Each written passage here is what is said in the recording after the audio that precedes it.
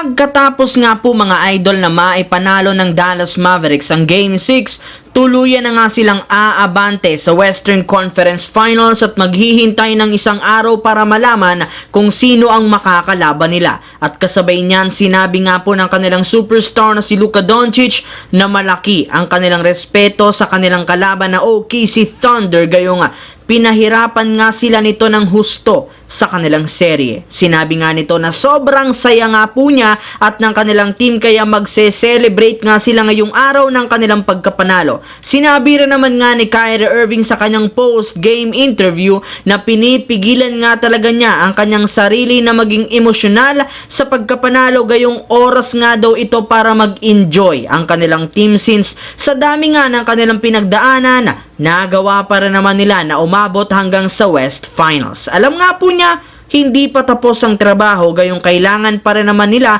na maghanda para sa susunod na serye. Pinangako rin naman ito na gagawin pa rin niya ang lahat upang sa ganoon makatungtong ang Dallas Mavericks muli at makabalik sa NBA Finals. Samantala, kung ang Dallas Mavericks nga nagse-celebrate ng panalo, ibang-iba ang nararamdaman ngayon ng kupunan ng OKC Thunder since dahil nga sa kanilang pagkatalo, tuluyan na nga silang natanggal sa playoffs at tapos na ang kanila sanang napakagandang kampanya ngayong season. Sa katunayan mismo nga ang kanilang superstar na si Shai Gilgeous-Alexander ang nagsabi sobrang nadismaya sa resulta ng Game 6, lalo na ang kanyang ginawang foul kay PJ Washington sa huling segundo ng fourth quarter na siyang literal nagpatalo sa kanila at siyang nagpatapos ng kanilang kampanya. Ayon nga dito, kung bibigyan nga po siya ng isa pang pagkakataon, hindi nga daw niya sasabayan o ifa-foul si Washington since pababayaan na lamang nga niya itong tumira sa 3-point line. Sinabi rin naman ito na hindi nga po niya kayang panoorin sa replay ang kanyang foul kay PJ Washington, gayong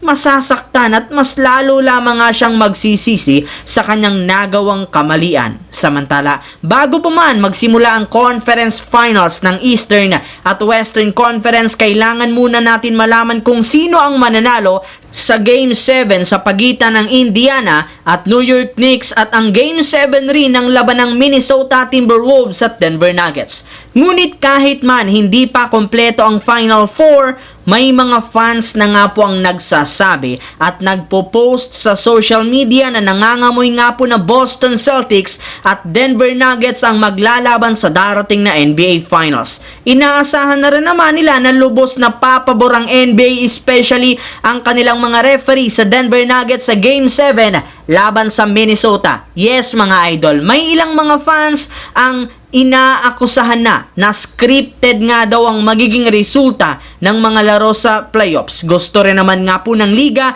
na tumaas ang ratings ng NBA Finals, kaya papabor nga daw sila sa defending champions na Denver Nuggets at sa Boston Celtics na siyang natitirang team na nasa playoffs na may pinakamaraming fan base at may pinakamalaking market. Kaya hindi na nga kayo dapat pang magtaka kung silang dalawa ang maglalaban sa championship ayon sa ilang mga fans. So that's it mga idol, ang ating bagong video ngayon. Once again, this is your J-Zone TV. Huwag kalimutang mag-like, mag-subscribe, pindutin ang notification bell sa akin channel para lagi kayo maging updated sa mga videos na pinapalabas ko. Isang malaking shoutout sa lahat mga idol. Thanks for watching. Hopefully, nag-enjoy kayo ngayon.